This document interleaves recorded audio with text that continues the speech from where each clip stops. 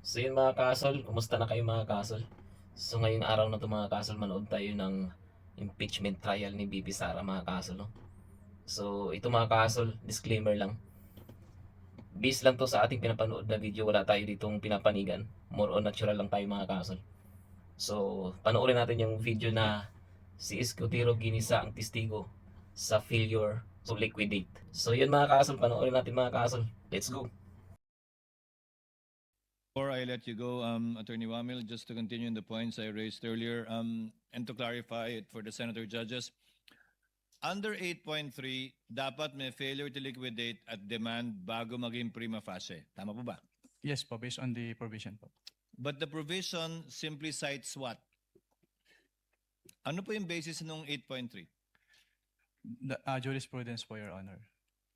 Hindi lang jurisprudence, hindi ba? Kino-quote ng jurisprudence ng Martinez ang Article 217 ng Revised Penal Code for malversation. If you read Martinez, that's the jurisprudence cited by 8.3. Hindi ko na po maalala yung Martinez case po. Yun po yung nakalagay na kaso sa ilalim ng 8.3 na sinasite nyo po mula nung simula pa kayo magtestigo. Nakasad po yun doon. Gusto nyo tingnan. May I Kindly refer po? give him the joint memorandum circular which he has been quoting from since the beginning.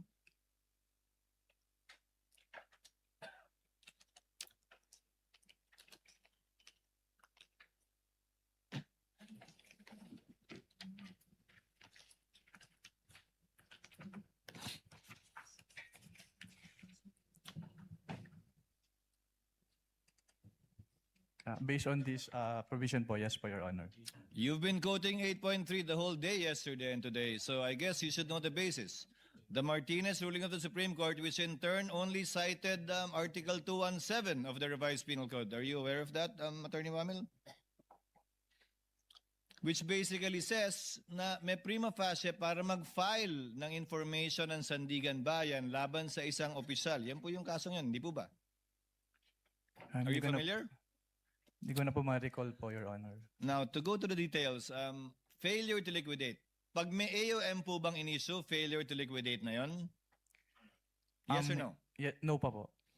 Pag nakadalawang AOM, failure to liquidate po ba yon? Hindi pa rin. Hindi pa rin po. Pangatlo hanggang panglimang AOM na kulang pa rin yung sinasubmit, may failure to liquidate na po ba? Wala pa rin. Wala pa rin po. Pag nag-notice of suspension, may failure to liquidate na po ba?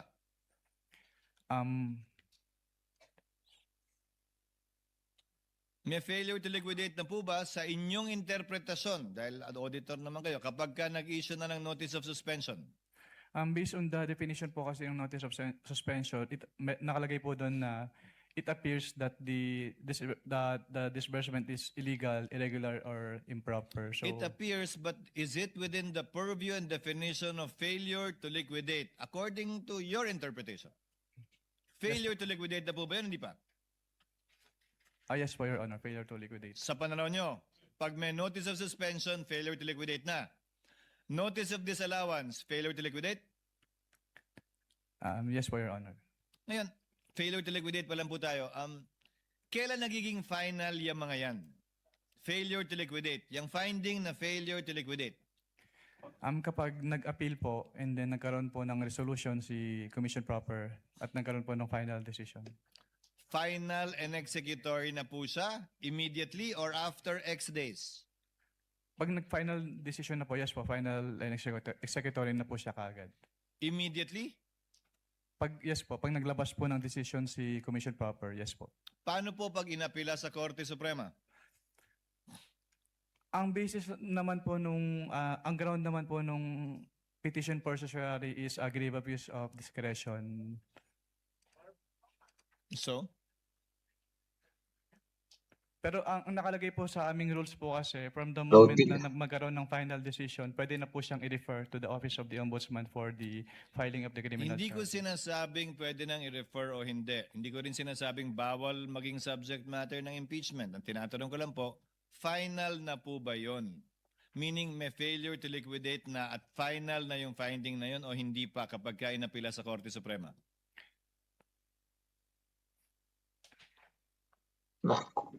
As a lawyer, Attorney Wamil, come on po. Kasi based on my understanding po, since yung final, kapag nag-issue po ng final order si Commission proper ng COA, since yun na po yung time na pwede mag-file ng charges, na criminal charge, mag-endorse po for the filing of criminal Hindi charges. po sa filing Ombudsman. ang tinatanong ko. Ang tinatanong ko kung final na po o hindi sa pananaw ninyo. Ang usapan natin kanina, nung tinanong ko kayo, di ba? Yes po. Executory siya, maliban na lang kung may TRO, pero hindi Yes po. pa final yung decision. Yes po, Your Honor. Pero tama ka, pwede mag-file dahil ang requirement lamang naman para mag-file ay prima facie. Yes Diba? po, Your Honor. Yun nga yung sinasite yung kaso sa Martinez. Yes po. At kaugnay naman po ng demand, ang AUM ba may demand? Yes po, since ni-require po yung agency to comply, to submit. Yung po ba yung sinasabing demand sa 8.3? Mag-comply o magbayad? Hindi po ba ang requirement ng 8.3 ay mag-restitute na, hindi mag-comply? Ang nakalagay po kasi dito, liquidate po. So yung submission po ng liquidation requirements. Nakalagay po ay failure to liquidate is prima facie. Failure to liquidate and upon due demand is prima facie. Di ba? Yes po, Your Honor. May demand ka ba sa AUM mo? Yes po. Saan nakalagay dun? Saan po nakalagay sa AUM yung demand? Doon sa last paragraph po na hinihingi yung comments and to submit po the supporting documents. So hindi restitution yung pinag-uusapan natin nito. Demand to submit documents. Yes po. Yung restitution po, Your Honor, kapag may ND po, may notice of disallowance na na-issue.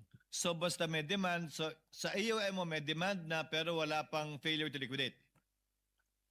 At ang definition mo ng demand is demand to liquidate, hindi To po submit the mag-restitute. documents po. Yes po, Your Honor. Tama po? Yes po, Your Honor. So sa puntong ito, sabi mo may alam kang notice of disallowance na kung walang appeal ito, final na yon pag hindi pumasok sa period of appeal. Yes po, naging final na executory po siya, Your Honor. Finally, as a lawyer, if it is appealed to the Supreme Court under whatever relevant rule, 45 or 65, as a lawyer, does that make the decision of the COA final, or does that mean it's not yet final until unless ruled upon by the court with finality? Yung decision po kasi ng COA ay may different aspects. Meron po yung i-restitute, kung i-endorse po dun sa Ombudsman for filing of criminal charges and admin. Yung obligation to restitute po kasi kapag naging final na po, on the level pa lang po ng COA, ay dapat na po siyang bayaran. Even if there is a pending petition with the Supreme Court, hindi po siya may stay unless may TRO po. Unless nga may TRO. Yes po, Your Honor. Thank you, Attorney Wamil. Thank you, Mr. Witness. So, yun nga mga kaasol, no, mukhang gisang-gisa nga mga kaasol yung witness ng prosecution mga kaasol, no, napakagaling ni Escudero mga kaasol. No. So mga kaasol, see you in my next video. Kayo na pong bahala maghusga mga kaasol. Thank you.